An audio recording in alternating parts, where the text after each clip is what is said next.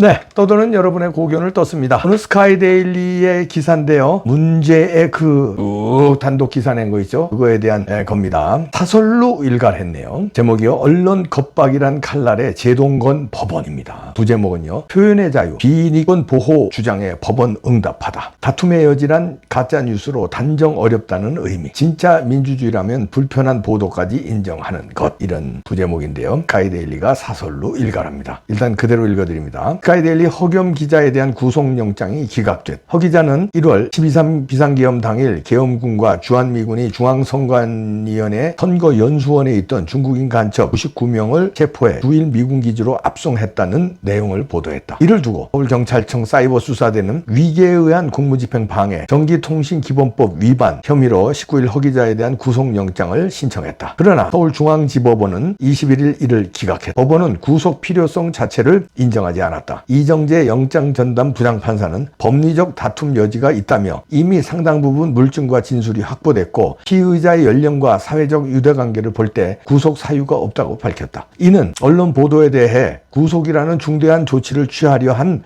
수사기관에 대한 명확한 견제이자 표현의 자유를 수호한 헌법적 판단이다. 나아가 이는 국민의 기본권 중 하나인 언론 자유를 침해하는 무리한 수사에 대해 법원이 분명한 선을 그은 의미 있는 판결이다. 이번 사건은 단순한 사실 여부를 넘어 언론 자유와 권력의 검열 시도로 보인다. 허위 보도라면 정정보도 청구, 언론 중재, 민사상 손해배상 청구 등 다양한 사후적 절차가 있다. 형사처벌, 특히 구속수사는 신중하고 제한적으로 이루어져야 한다. 그것이 언론 자유를 보장하는 헌법 정신이다. 이는 민주사회의 건강한 공론장 유지를 위한 최소한의 안전장치다. 더욱 우려스러운 것은 선거연수원 관련 보도 직후 일부 극좌 매체들이 가짜뉴스라는 낙인을 찍고 허 기자의 실명과 사진을 공개하며 집단적 여론몰이를 벌였다는 점이다. 그를 향해 원색적 비난을 퍼붓고 마치 반드시 처벌해야 할 중범죄자처럼 몰아갔다. 이러한 정치적 낙인은 언론의 자유를 질식시키는 폭력이자 비판 언론을 억압하려는 또 하나의 검열 장치에 불과하다. 특히 경찰이 이러한 여론에 호응해 구속영장을 신청했다면 문제는 더욱 심각하다. 언론에 대한 수사는 어디까지나 사실관계에 기반해야 하며 정치적 입장이나 진영 논리에 의해 움직여서는 안 된다. 법원이 밝힌 법리적 자유, 법리적 다툼 판단은 해당 보도를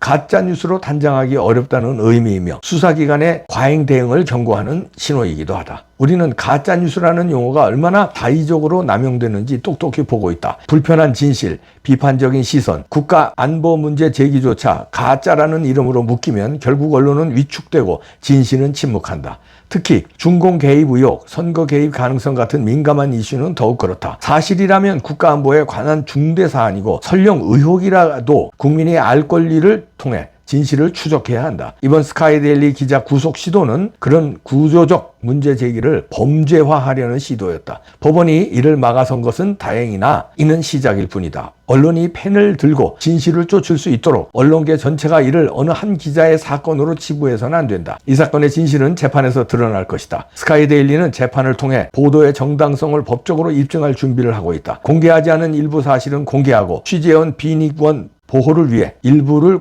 비공개로 제출할 예정이다. 스카이데일리는 법정에서 도망치지 않는다. 증거와 논리로 보도를 끝까지 책임질 것이다. 무엇보다 이 보도의 중심에는 윤석열 전 대통령의 증언이 있다. 대통령으로서 정보기관과 군 지휘권을 가진 인물이 밝힌 증언을 외면하며 가짜뉴스라 단정하는 것은 정치적 의도가 아니고 무엇인가? 그조차 믿을 수 없다면 우리는 펜을 내려야 한다. 언론은 권력 입맛에 맞는 조직이 아니다. 불편하더라도 사실을 밝히는 것이 책무다. 자, 이렇게 스카이데일리에서 사설로 일갈했는데요. 저는 어저께 스카이데일리에 전화를 했습니다. 스카이데일리의 핵심 기자 이름은 밝히지 않겠습니다. 왜냐하면 이제 구속영장이 기각됐는데 이 스카이데일리의 대응이 왜 이렇게 밋밋한지 제가 알아보려고 전화를 했어요. 그랬더니 기자들은 이제 이렇게 오늘 사설 나온 것처럼 일갈을 하더라고요. 근데 즉각적인 반응이 제대로 안 나와서 의아해서 전화를 걸었더니 여기 사장님이 문제더구만요. 사장은요. 새로운 사장. 그 전에 이 보도들을 주도했을 당시에는 조정진 대표였는데 이 조정진 대표에 의해서는 말하자면 이런 취재가 가능했고 권력의 눈치 안 보는 취재와 보도를 했는데 5.18에 대한 거라든지 그다음에 이런 중국인 스파이 99명 체포한 거 그랬는데 이제 민병 두레나 민병 뭐시기래나 그 새로운 대표가 앉고 나서 이런 거를 못하게 한다는 거예요. 그래서 스카이데일리가 요즘에 조금 논조가 조금 몇 달 전에 비해서 대표가 바뀐 뒤로 뭐 약간 뭐라 그럴까 칼이 좀 무뎌되었다고 그럴까요? 그리고 급기야는 자기 신문사 기자가 구속영장 청구를 받았는데도 날선 비판들이 안 나오더라고요. 이거 뭐지 이랬는데 드디어 사설이 오늘 나왔군요. 이 사설에서 일갈한 것처럼 이거는 한 기자의 사건이 아닙니다. 이게 무슨 뭐 기자가 돈을 먹으려고 예를 들어서 어떤 뭐 기업이나 이런 걸 협박하면서 가짜 뉴스를 했다거나 이러면 한 기자의 일탈이죠. 아니면 저 김만배처럼 권순일을 구워 삶아서 뭐 막대한 뭐 어떤 이익을 챙겨서 55 클럽이란 뭐 이런 걸 하고 김만배의 그 일탈 비리 이런 건 그 기자의 일일 수 있어요. 그런데 허겸 기자가 쓴 기사는요 어떤 돈을 먹기 위해서 어떤 기업을 뭐 협박한 것도 아니고 그다음에 어떤 정치인을 봐주기 위해서 권순일 같은 사람을 삼기 위해서 뭐 쓴 기사도 아니고 이거는 국가의 명운을 건 사건에 대해서 중국이 부정선거에 개입해서 그거를 한국과 미국이 계엄을 통해서 합동작전을 통해서 체포해서 주일미군으로 압송했다 이런 기사의 후속 기사들도 쭉 나온 거거든요. 여러분들 다 아시지만 근데 그거는 허겸 기자의 개인의 일탈이 아니에요. 여러 가지 정보 취합해서 정보 취합하는 과정에 미스가 조금 있을 수 있었지. 그러나 부정선거가 있었다는 거는 우리는 뭐 너무나 많은 국민들이 알고 있잖아요. 그리고 윤석열 대통령조차도 부정선거 때문에 계엄을 했다는데 그랬잖아요. 그리고 엊그저께도 그 부정선거 다큐멘터리를 관람을 하면서 메시지를 보내는 겁니다. 온 국민한테. 그런 상황인데 부정선거에 대해서 이 취재를 하고 다소 팩트가 틀렸다고 하더라도 99명이 아니라 뭐 30명 우린 모릅니다. 우린 취재한 사람도 아니고 우리가 여기니까 모르지만 팩트가 다소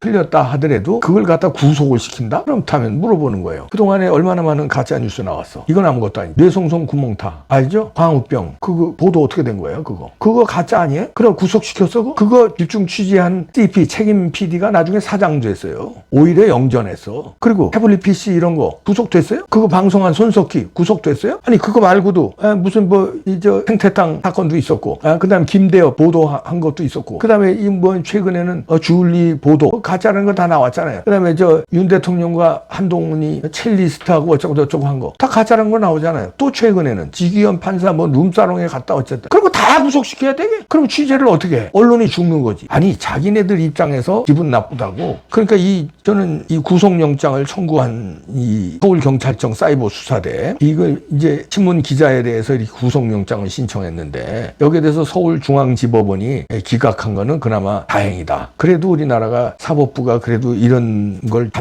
잡아주는구나. 그래도 다행입니다. 그동안에 사법부에 대해서 얼마나 불신이 있었어요. 그래도 다 죽진 않았구나. 사법부가 다 썩진 않았구나. 안도의 한숨은 좀 쉽니다. 8대0으로 헌법재판소 그런 걸 봤지. 부정선거에 대해서 큰 묵살하는 대법관들 자기네들이 저 선관위원장 한 번씩 했다고 그런 걸 보고 그 다음에 이재명의 그 무죄를 때리는 1심 판사 그거 1심에서 유죄를 때렸는데 2심에서 무죄했죠. 그 2심에 무죄를 때린 그 판사 그 다음에 또 그거를 대법원장이라는 사람이 파기환송을 시켜. 파기 자판도 안 때리고 그럼 또 그거를 갖다가 또 선거 이후 6월 18일로 냉기는 또 판사들. 이래서 우리가 사법부에 대해서 너무나 많은 불신을 가지고 있는데 그나마 여기 서울중앙지법원에서 이정재 영장 전담 부장판사가 제대로 된 판단을 해줘서 박수를 칩니다.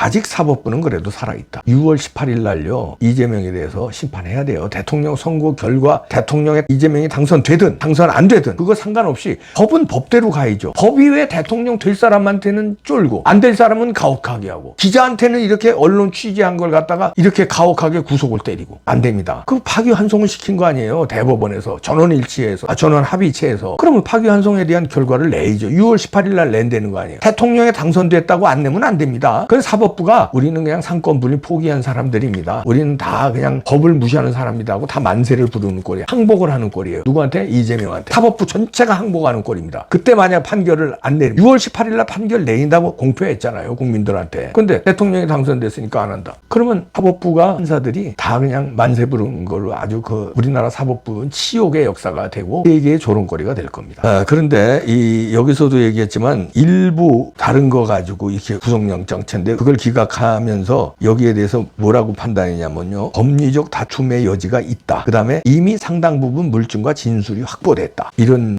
영장 전담 부장판사가 판결문에 얘기했다는 거 아니에요? 이미 상당 부분 물증과 진술이 확보됐다. 그러면 그게 전체가 가짜뉴스가 아니라는 거 아니에요? 그 중에 일부분은 상당 부분 물증과 진술이 확보됐다는 거 아니에요? 그런데 팩트에 있어서 뭐 조금 다른 게 있었다거나 아니면 법리적 다툼의 여지가 있다는 거 아니에요? 기자가 그런 거 가지고 기사를 썼는데 법리적 다툼의 여지 있는 거 가지고 구속을 시켜버려? 말이 안 되죠. 구속영장 신청 자체가 말이 안 되는데 그나마 다행입니다. 스카이데일리가 그 몇 달 동안에 단독 기사 쏟아내면서 그 했던 그 기백, 결기 이거를 다른 언론들도 이 같이 연대감을 가져야 돼요. 어떻게 이거에 대해서 나몰라라가 아니라 조중동에서는 아주 잘 됐다고 구속영장 신청하니까 마치 그냥 이 허겸 기자를 범죄인으로 몰아가더라고요. 동료 기자들 아닙니까? 매체가 다르지만 그런데 왜 MBC 그럴 때는 구속영장 신청도 안 해? 그럼 그런 얘기를 써야 될 거 아니에요? 조중동에서 뭐 허겸 기자를 아주 죄인 몰아가듯이 하더라고.